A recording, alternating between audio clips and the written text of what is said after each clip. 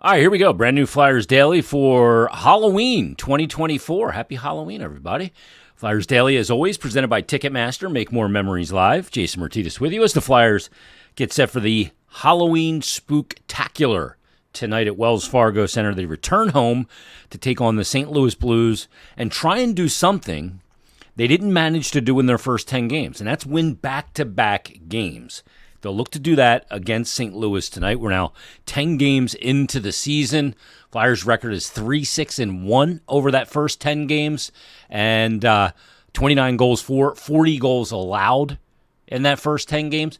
And it's crazy because as I look back to last year, I felt like last year got off to a way better start, but it really didn't. Last year, through their first 10 games, they had a record of 4-5-1. So only one more win. How is that even possible? They scored 33 goals in their first 10 games last year. This year they have 29. So they're down 4 in goals for. They allowed last year 33 goals in the first 10 games. This year they've allowed 40. And that's going to be something that we'll come back and talk about, because keeping the puck out of your net just as important as putting it in the opposition net. There's been a few lopsided scores kind of to get that. Last year, they didn't really have many of the really lopsided games against. I mean, they lost to the Senators in Game 2, 5-2. On the year, that game on the road that Saturday afternoon on the 14th of October. Then they beat Vancouver 2-0. They just won the other night 2-0. Then they beat the Edmonton Oilers 4-1 at home. Then they lost to the Dallas Stars 5-4 in Dallas in overtime, which was a crazy game. Then they lost to Vegas. They had that 2-1 third period lead. Vegas tied it late and then scored very late to win it 3-2. And Vegas, if I recall, was undefeated at the time. And then they beat the Minnesota Wild 6-2, so pretty lopsided there. Then they beat Anaheim 7-4, which is just a ton of goals in that game, 11 total goals. They lost actually to Anaheim 7-4. Then they lost to Carolina. Then they lost to Buffalo. Lost to Carolina 3-2. And they lost to Buffalo 5-2. So they didn't get off to that good of a start last year. I feel like I remember it being a much better start. They did go on a run up until their 18th game, where they ended up winning 5 straight games and 6 of their last 8. So they got it straightened out. This is where they need to get it straightened out now. They're pacing 1 game off of last year. This is where tonight against the Blues, they need to start pacing in the right direction. The Blues come into this game tonight sitting in the 5th spot of the Central Division of the Western Conference. 10 games played for the Blues as well. They are 5-5 on the year, 10 points tied with Colorado, and they've lost their last 2 games. The last 2 games that they've lost was a 5-2 defeat on the road in Montreal. That was on Saturday night before Montreal came to Philadelphia and played the Flyers on Sunday. And then they lost their last game on Tuesday. They got their clock cleaned by Ottawa, 8-1 in Ottawa.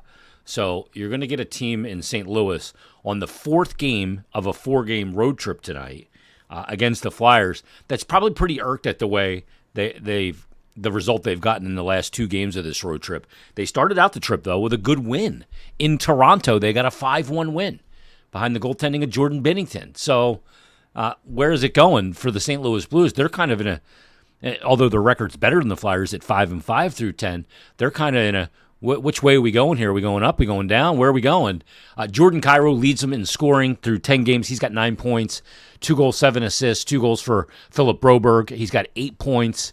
Their leading goal scorer is Jake Neighbors and Dylan Holloway, who each have 4. Special teams, not particularly good when it comes to the St. Louis Blues. When you look at their power play percentage, I think they're 24th in the, or wait, excuse me, not 24th in the NHL. They're 21st in the NHL in the power play at 16.7%.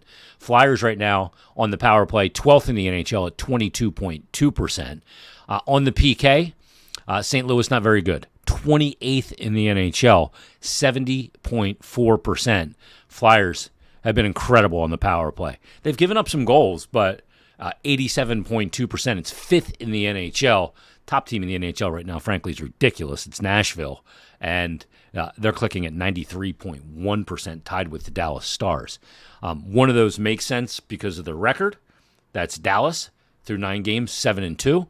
And then Nashville with a record of 3-5-1 and a PK that's clicking at 93%. It seems odd, but that's what the numbers are. So it's going to be the Flyers tonight against the St. Louis Blues. And like I said, this is the first opportunity for not the first opportunity, but the newest opportunity for the Flyers to win 2 straight games. One of the numbers that I talked about in the beginning of the year when I made my pseudo-official prediction on this season of if the Flyers are a playoff team or not, one of the numbers I alluded to was that the Flyers are going to need 42 regulation and overtime wins. Now, so far this season, they have the overtime, well, it's a shootout win against Vancouver, so that doesn't fall into the category. They have the win over Minnesota, which is a regulation win, and then they have the win the other night that they got on Tuesday, and you go from there and you go, okay, they've got 2 regulation wins through 10. You've got to start pacing in that. It's a tiebreaker, and it's just one of those things where the Flyers are gonna have to find a way to get regulation and overtime wins. And tonight, you're coming back home. You're off to a sluggish start, I'll call it. I thought the start last year was way better than this. I would have predicted they would have been last year maybe a 5-3-2 start, but the fact that it's only 1 game different is shocking to me. But this is an opportunity tonight against the Blues to not have taken 1 step forward against Boston, where you go into the Garden, get your first regulation win since 2011, and then take a step backwards with a home loss against St. Louis. Got to start stringing some games together. This is the time to do it. And if this team's got some of the identity that it had last year, like I said, they were 4-5-1 through their first 10 last year. Their next 8 games, they won 6 of them. So, and one of those losses, by the way, was the 2-1 loss against San Jose, which at the time we called an inflection point because it was San Jose's first win in their first 13 games. Then the Flyers went on to win 5 straight games. They went on to go to Anaheim, beat Anaheim. They went into Los Angeles and avenged a 5-0 loss with a 4-2 win.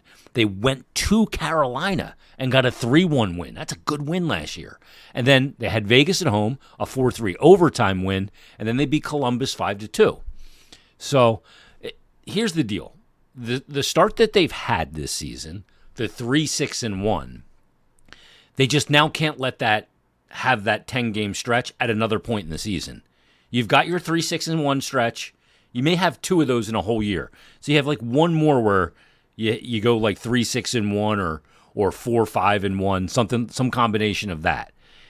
But other than that, you got to play above 500 or above hockey the rest of the way if you want a chance to make the playoffs.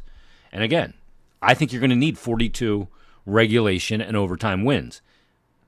Huge opportunity to get it tonight.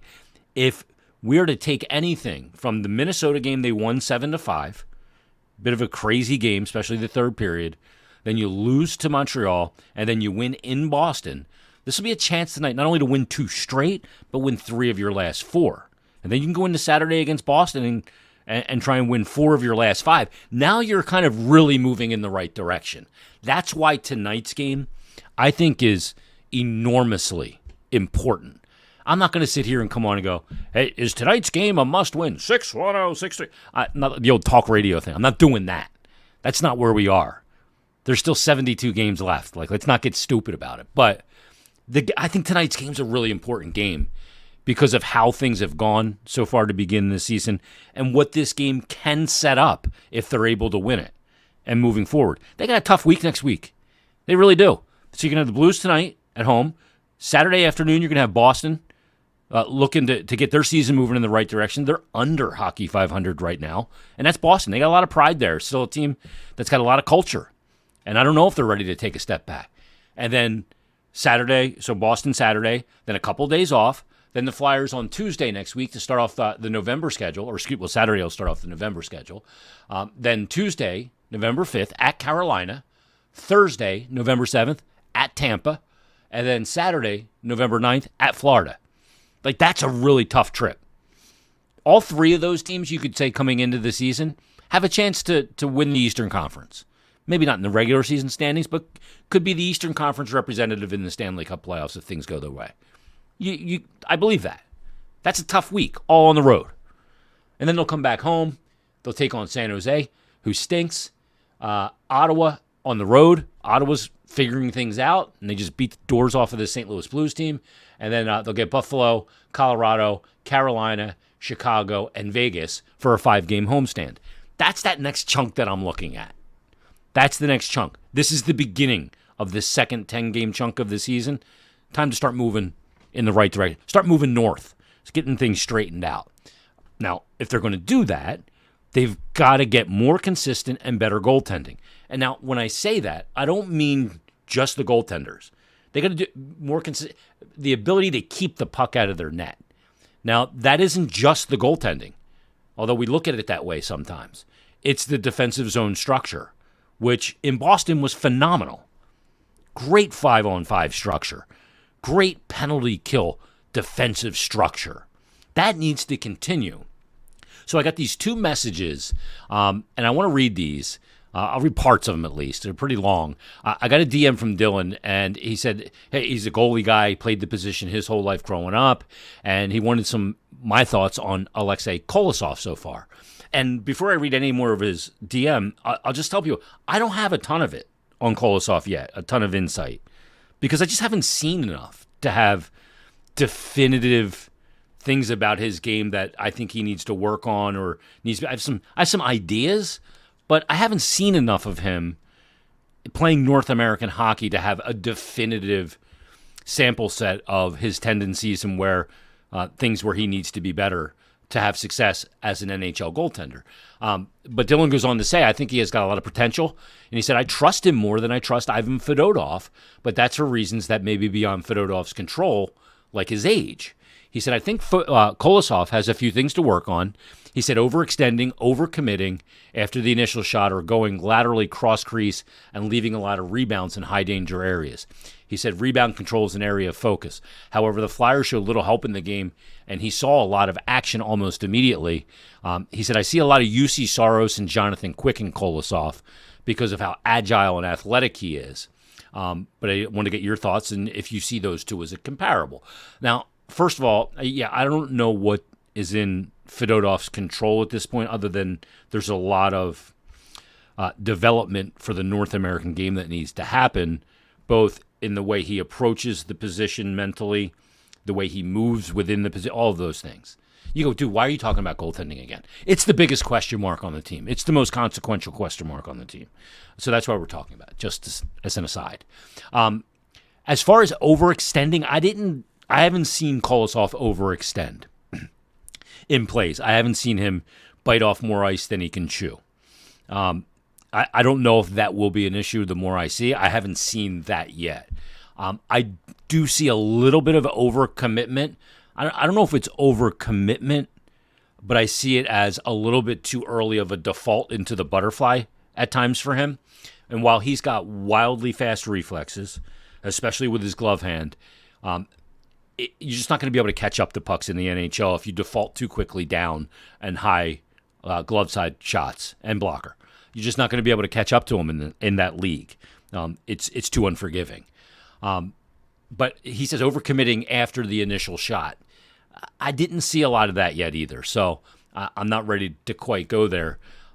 He said laterally across crease and leaving a lot of rebounds in high danger areas. I thought he collected fairly well in the game that he played. I didn't see rebound control as much of an issue.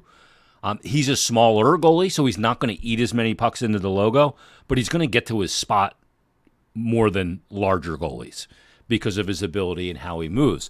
As far as the comparables with UC Saros and Jonathan Quick, I think there are some definite obvious ones there with UC Saros from a stature standpoint and a goalie skating standpoint or an edge work standpoint. The way he moves is very fluid like UC Saros, and aesthetically they look the same. I don't know if he is going to survive the same depths that Saros plays. That's both taking a lot of ice and being deep at times. I just don't know. We'll have to see more. Jonathan Quick, yeah, there's a little similarity there as well. Saros, Quick are guys that got incredibly wide in their stance, which allows them to be incredibly explosive side to side.